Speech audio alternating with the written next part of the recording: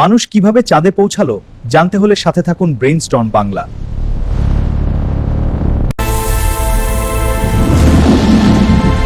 Rocket প্রযুক্তির সূচনা হয়েছিল বহু শতাব্দী আগে সাধারণ বারুদ চালিত যন্ত্র দিয়ে।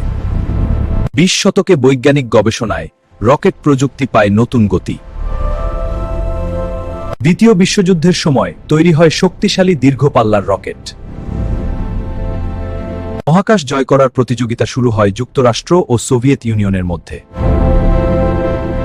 1958 সালে প্রতিষ্ঠিত হয় নাসা। মহাকাশ গবেষণার নতুন যুগ শুরু হয়।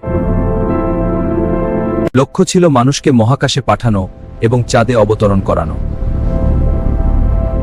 অ্যাপোলো মিশনের মাধ্যমে শুরু হয় মানুষের চাঁদে যাওয়ার ঐতিহাসিক প্রস্তুতি। 1969 সালে অ্যাপোলো 11 চাঁদের কক্ষপথে প্রবেশ করে। নীল আর্মস্ট্রং প্রথম মানুষ হিসেবে চাঁদের মাটিতে পা রাখেন।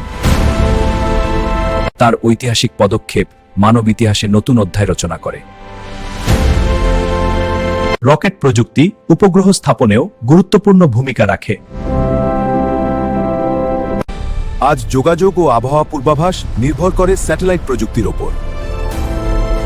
আধুনিক যুগে পুনর্ভরযোগ্য রকেট প্রযুক্তি মহাকাশ ভ্রমণকে করছে সাশ্রয়ী। মানবজাতির লক্ষ্য এখন মঙ্গল গ্রহ এবং আরো দূর মহাকাশ। রকেট প্রযুক্তি মানুষকে পৃথিবী ছাড়িয়ে অসীম মহাকাশে এগিয়ে দিয়েছে।